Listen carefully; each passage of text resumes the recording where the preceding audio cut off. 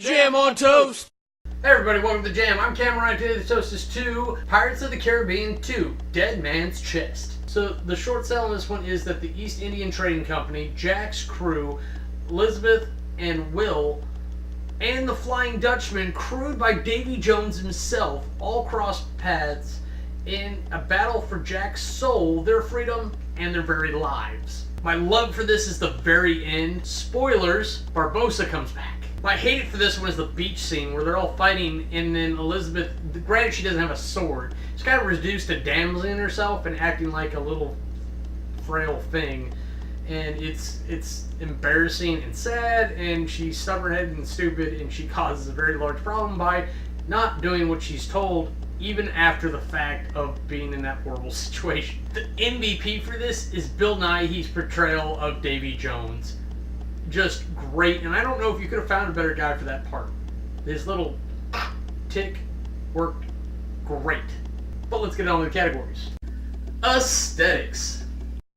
Beautifully well done. Disney definitely puts their bang into their buck, and all that detail that we had in the skeletons and the undead in the first movie, we get back with the fish people. They really pour it on for this first portrayal of the fish people, and it's amazing. Just watching Davy Jones and his little stuff is amazing. And we got ocean scenes and pirates and pretty people. Yeah. Aesthetics gets a 96. Character development. They kept a lot of the formula in there for this one. Like they did the first one. You don't know which way Jack's gonna go ever.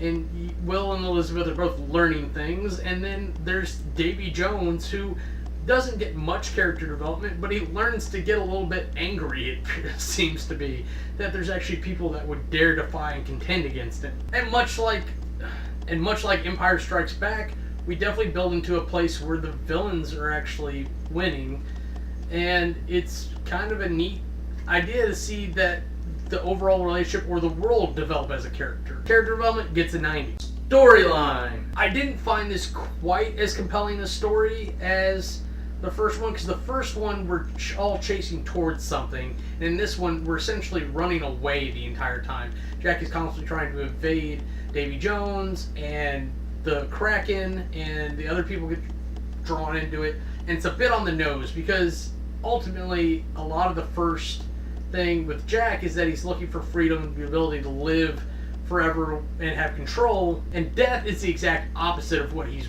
running towards. So saying that he's running from death directly is a little too heavy-handed, and it causes some problems. Storyline gets an 88.